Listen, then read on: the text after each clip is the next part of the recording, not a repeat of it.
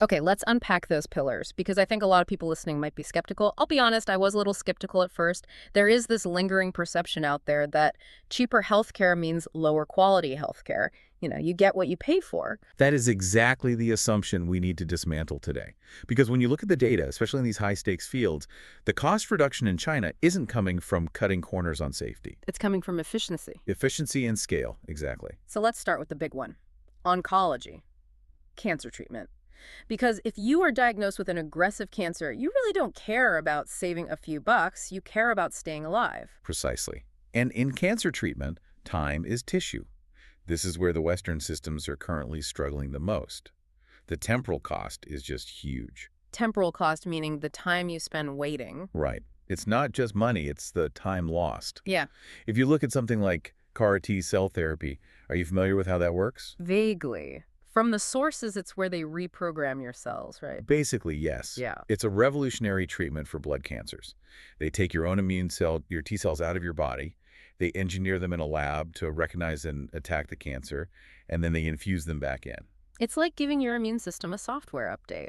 I love that analogy. Yes, a software update for your blood. But getting that update is the problem in the West. The major bottleneck is manufacturing.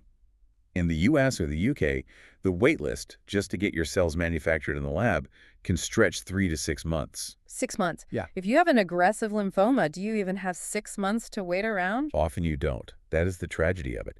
And this is exactly where China has introduced a metric they call vein-to-vein time. Vein to vein, meaning from one arm to the other. Exactly.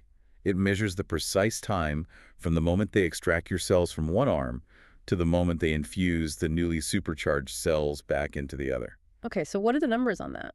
Well, in the US, the manufacturing cycle alone takes nearly a month, sometimes much more due to backlogs. In China, they have optimized this entire supply chain down to just 14 days. Wow. 14 days. So they are cutting the manufacturing time in half. How are they doing that? It comes down to supply chain density. The labs, the hospitals, the reagents, everything is highly localized. They don't have to ship these sensitive cells clear across the country and back. Which obviously saves a massive amount of time. It compresses the total treatment timeline from your initial diagnosis to the final infusion to somewhere between 2 to 6 weeks. Compare that to half a year in the West. That speed literally saves lives. Okay, so it is undeniably faster. But what about the price tag? Because CAR T is famously one of the most expensive therapies in the world. It really is.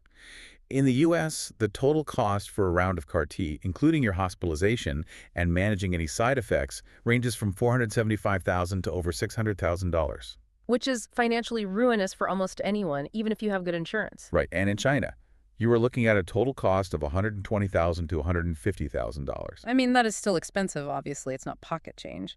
But compared to $500,000,